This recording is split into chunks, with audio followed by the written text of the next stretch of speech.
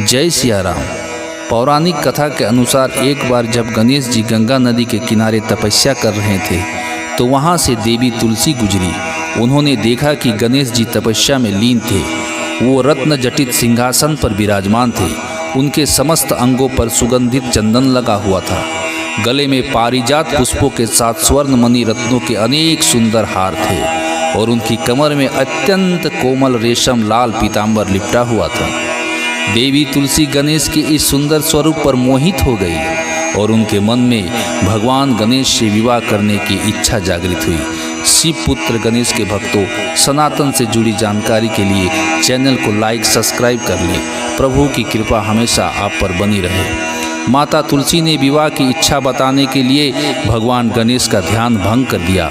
भगवान गणेश इस बात से नाराज हो गए और माता तुलसी की मनसा जानकर स्वयं को ब्रह्मचारी बताकर उनके विवाह प्रस्ताव को अस्वीकार कर दिया।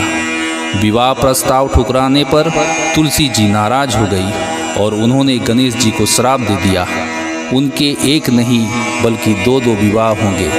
यही कारण है कि आज भगवान गणेश की दो पत्नियां हैं, रिद्धि और सिद्धि। लेकिन तुलसी माता के श्राप देने पर गणेश जी गुस्सा हो गए और उन्होंने भी तुलसी को श्राप दे दिया कि तुम्हारा विवाह एक असुर से होगा। एक राक्षस पत्नी होने का श्राप सुनकर माता तुलसी डर गई और उन्होंने तुरंत गणेश जी से माफ़ी मांगी। तब गणेश जी ने तुलसी से कहा, तुम्हारा विवाह शंखचूड़ राक्षस से होगा। शंखचूड़ दैत्यराज दंभ का पुत्र था।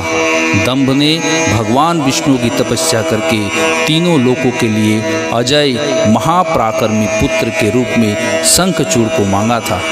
बाद में शंखचूड़ ने भगवान ब्रह्मा की आज्ञा का पालन करते हुए माता तुलसी से विवाह किया। गणेश जी ने माता तुलसी से यह भी कहा, तुम भगवान विष्णु को प्रिय होने के साथ ही कलयुग में मोक्ष देने वाली पौधे के रूप में पूजनीय होगी, लेकिन मेरी पूजा में तुम्हारा प्रयोग नहीं होगा।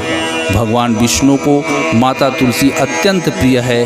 तुलसी के बिना उनकी पूजा अधूरी मानी जाती है। लेकिन मान्यता है कि तब से भगवान श्री गणेश जी की पूजा में तुलसी चढ़ाना वर्जित माना गया है। जय सिया राम।